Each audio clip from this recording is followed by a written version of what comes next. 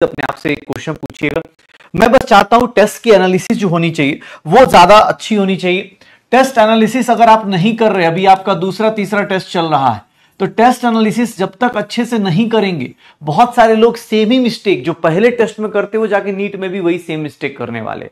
तो जितने लोग भी टेस्ट दे रहे हो, पहली चीज टेस्ट का सॉल्यूशन देखो, टेस्ट का वो देखो, और उसके बाद टेस्ट की एनालिसिस जरूर करो कि भैया अगर मैंने राइट किया है या रॉन्ग किया है। राइट किया है तो क्या मैं अपने 100% राइट पे था क्या मैं 100% राइट पे था 100% राइट था क्या इसको क्वेश्चन को लेके। अगर राइट में बात करें तो तुक्का कितना राइट हुआ मेरा, अगर मेरा तुक्का कितना राइट हुआ, सर मैं एलिमिनेशन, तुक्के में भी अलग अलग तरीके से एलिमिनेशन करके कितना राइट करा, चाहे वो बायो हो, चाहे केमिस्ट्री हो, फिजिक्स हो, जो भी आप कर रहे हो। क्योंकि सच्चाई ये है, आपको अपना पता होना चाहिए कि मैं किस तरह से एग्जाम हॉल में कैसे सोच रहा था, क्या सोच रहा था। आप देख लो, अगर रॉन्ग कर रहे हो तो बेटा कोशिश करना, आप रॉन्ग क्वेश्चंस कर रहे हो तो रॉन्ग क्वेश्चंस में ये देखो कि रॉन्ग क्वेश्चंस कैसे कैसे गलत हो रहे। सर रिवीजन की प्रॉब्लम थी, सर याद नहीं आ रहा, सिली मिस्टेक हो गया, सर कैलकुलेशन मिस्टेक हो गया, या सर कॉन्सेप्ट ही नहीं पढ़ा ही नहीं था, सिलेबस प्रॉब्लम थी। सर जो आपको लगता है उसको हाईलाइट करो। ऐसे करके हर एक लोगों के अपनी अपनी एनालिसिस होगी, पिछली बार से अब की बार में क्या चेंजेस आई है। हर एक टेस्ट का मैंने बार बार बोला है, एक कॉपी बनाओ बेटा। क्योंकि देखो सच्चाई ये है, बहुत फील गुड पढ़ना है तो बेटा बहुत अच्छी बात है। हम नेता है नहीं कि नेता की तरह बोले पड़ा हाँ कि बेटा हम ये वादा करते हैं, ये कर देंगे, वो कर देंगे, वैसा कुछ होगा नहीं ना, तुम वैसा कुछ कर सकते हो। हम सब लोगों को अपने सिलेक्शन के लिए पढ़ना है। और यहां पर सच्चाई ये है, जितना आप पढ़ते हैं, अगर आप 20% पढ़ाई पे टाइम देते हैं तो सर उसका 80% मतलब 4 टाइम्स आपको उसके रिवीजन पे, उसके टेस्ट पे, उसके क्वेश्चंस पे फोकस करना पड़ेगा। 1 बार 2 बार 3 बार 4 बार रिवीजन करना पड़ेगा, तब जाके राइट और रॉन्ग के बीच का डिफरेंस कम होगा, सॉरी डिफरेंस ज्यादा होगा। ठीक है, राइट क्वेश्चंस और रॉन्ग क्वेश्चंस का डिफरेंस जितना ज्यादा बढ़ाएंगे उतना आपके काम का होगा। ठीक है, तो राइट क्वेश्चंस का भी अपना एनालिसिस कीजिए, रॉन्ग क्वेश्चन का भी एनालिसिस कीजिए। रॉन्ग में बहुत सारे ऑप्शंस हो सकते हैं, ये मैंने 2-4 बताए हैं आपको। हाँ, जो भी पेपर रिवीजन की प्रॉब्लम थी, रिवीजन नहीं कर पाए, सोचो अभी तो बेटा सच बता रहा हूं, अभी मतलब कुछ लोगों को लगता है कि ऐसा, देखो भाई कभी सच बोलने से अगर आपको बुरा लगता है लेकिन सच्चाई से आपका फायदा होने वाला है तो मैं आपको बता दूं, ठीक है, कि फायदे को देखो। अभी रियल में आपका फिजिक्स चालू भी नहीं हुआ है शायद ना, अगर अभी आपके मार्क्स फिजिक्स में डाउन हो रहे हैं या केमिस्ट्री में डाउन हो रहे हैं या बायो में डाउन हो रहे हैं, बॉटनी जूलॉजी में डाउन हो रहे हैं, तो रियल में देखो तो अभी आपके 2-2 चैप्टर्स मुझे लगता है सब जगह हुए। 2 चैप्टर्स आपके फिजिक्स केमिस्ट्री और इसमें 2 चैप्टर्स कंप्लीट हुए, तीसरा चैप्टर चल रहा होगा, थर्ड चैप्टर आपका चल रहा होगा।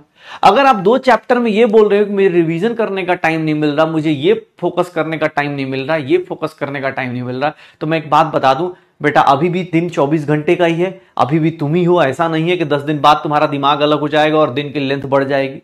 सच्चाई ये है कि भैया दिन तुम्हारा उतना ही लंबा होगा, तुम भी, तुम्हारा दिमाग भी वैसा ही होगा, बस चेंज क्या होगा, आपका माइंडसेट। वो माइंडसेट चेंज करो, क्योंकि अभी 2 चैप्टर में ही हालत है। कुछ दिन और रुक जाओ, पता चला 10 चैप्टर होंगे। सर पता चला पहले टेस्ट में कितने मार्क्स आते हैं, सर 700 प्लस आ रहे हैं। हाँ, पर अगले टेस्ट में जैसे ही यहां तक पहुंचे सर 500 प्लस आ रहे, समझे में नहीं आ रहा है सर कैसे हो रहा है। ठीक है भाई, ये नहीं करना है।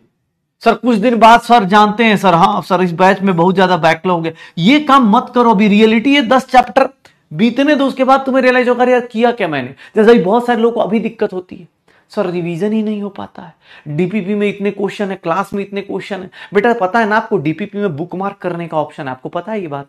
डीपीपी में बुकमार्क करने का ऑप्शन है आपको, आप अच्छे क्वेश्चंस को बुकमार्क कर लीजिए। टेस्ट में बुकमार्क करने का ऑप्शन होता है, आप बुकमार्क करके रख लीजिए। जब आप मतलब स्मार्ट आज के टाइम पे पढ़ाई कर रहे हैं तो आपके ऑप्शन तो बहुत सारे। पहले हम जैसे लोग पेपर कट करके रखते थे या पेपर के क्वेश्चंस को लिख के रखते थे, आपके पास ऑप्शन है ना, फोटो खींच के रख लीजिए। मोबाइल में पता है ना, मोबाइल के अंदर फोटोज का एक फोल्डर बना सकते हैं जिसके अंदर आपके अच्छे क्वेश्चंस होंगे सारे के सारे। तो आप अपनी पढ़ाई को इस तरह से टेक्नोलॉजी का यूज करो। अब नहीं सर टेक्नोलॉजी का यूज कहां चल रहा है, सर उसका मैसेज आया कि नहीं आया। हाँ सर अमिताभ बच्चन की मूवी आ रही है कि नहीं, आमिर खान की मूवी कैसा चल रहा है, इसके लिए टेक्नोलॉजी यूज कर रहे हो तो फिर मुबारक हो।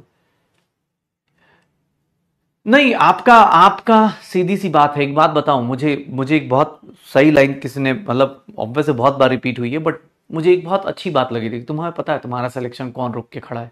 तुम्हें पता है तुम्हारा सिलेक्शन किस आदमी के कारण रुका हुआ है? तुम्हें पता है, सच्चाई यही है।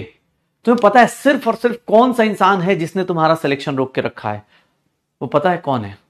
जाओ, उसके लिए कुछ नहीं, एक सिंपल सा एक्सपेरिमेंट करना है। मिरर के सामने खड़ा होना, और मिरर के सामने वाला अपोजिट साइड का जो इंसान है ना, वही है तुम्हारा एनिमी। सबसे बड़ा एनिमी वही है, क्योंकि वो खुद पे कंट्रोल नहीं करता, वो खुद से रिवीजन प्लान नहीं करता, वो खुद से चीजों को सही नहीं करता। इसीलिए आप अपने डेवलपमेंट को, आप अपने प्रोग्रेस को खुद ही हैम्पर करते हो। रियलिटी ये है, आप खुद ही डेविएट होते। दोस्त का कॉल आया, लग रहा है कि भाई भाड़ा, अभी डॉक्टर बने नहीं हो, इमरजेंसी कॉल्स नहीं आते तुम्हें।